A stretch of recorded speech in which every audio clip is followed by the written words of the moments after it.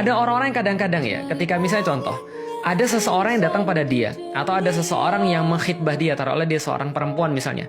Dia merasa, nggak mau, aku nggak mau, kenapa? Karena aku sudah suka dengan seseorang misalnya. Aku cuma suka sama si dia, dan aku mau dia untuk menjadi kemudian pasangan saya. Pertanyaan saya, untuk apa Anda menikah? Kenapa Anda nikah? Kenapa Anda harus kemudian mengalami jenjang pernikahan? Kalau untuk, ya ini karena dakwah, kenapa harus sama dia? Oh, karena dia memiliki kemudian kemampuan dengan Al-Quran. Kalau yang lain juga punya kemampuan Al-Quran misalnya, apakah kita mau? Enggak, aku cuma maunya sama dia. Nah, ini berarti nafsu. Ini berarti bukan pertimbangan syariat. Bukan kemudian dia menginginkan satu fase yang berbeda untuk ketaatan kepada Allah. Ketaatan ini adalah seharusnya menjadi pertimbangan paling utama ketika seseorang mau menikah.